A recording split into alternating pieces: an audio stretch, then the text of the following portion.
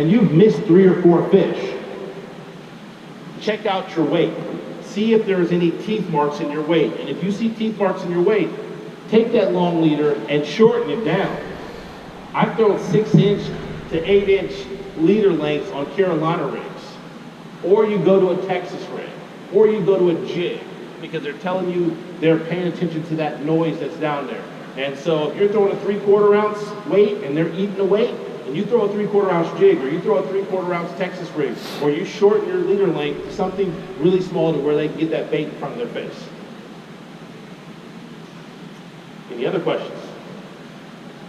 What would you do about flipping around trees with bark, like without getting stuck in the bark? Okay, question is, when I go about flipping trees with bark and getting stuck in the bark, don't use braid. Anytime you're flipping trees, do not use braid. You want to move up to heavier fluorocarbon. If you're flipping 20 and you don't feel like 20 is enough, go to 25. You don't feel like 25 is enough, go to 30. But if you flip braid in those trees, you're going to get a sawing action into that bark, and you're going to lose so many fish. I learned that lesson one of the first times we went down to Falcon, and I was flipping Falcon and flipping those deeper trees. And you go to set the hook, and then big fish pull back, and you pull back, and it just creates a saw right in there. So you have to use heavier fluorocarbon line. The thickness of the fluorocarbon and the stretch will keep it from sawing into that bark, and you can land a lot more fish that way. How do you do a hook set on a Texas rig? How do I do a hook set on a Texas rig? My hook sets are all pretty much in that same 2 to 10 on majority of my hook sets. Yeah, it's always angle 2 o'clock, 10 o'clock, 2 o'clock, 10 o'clock, 2 o'clock. Whether I'm swinging this way, 2 o'clock, I'm swinging this way, 10 o'clock.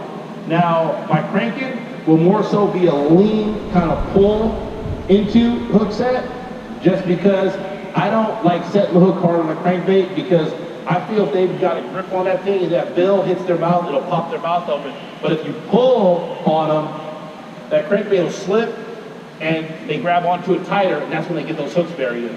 What arm movements do you use on setting I'm sorry? What arm movements do you use when you set? My arm movements are pretty much, I'm working it right here, or I'm working it like sideways, like right here, but I automatically go, if I'm down here sideways, I'm this way. But if I'm working it here, drop the rod and go this way. Without reeling? Well, I am reeling. Like I'm keeping contact with the fish and dropping the rod and keep taking up the slack and setting the hook. I don't want a tight line, straight line. You never want to have a straight line, tight line to that fish. You want to have a little bit of slack so that that weight moves in that fish's mouth. So you pop it?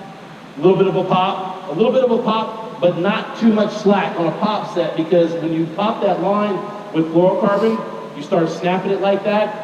I can take 50-pound braid and I snap it right, it'll break. So it's the same thing with fluorocarbon. It will break. Same thing with mono, it'll break if you snap it.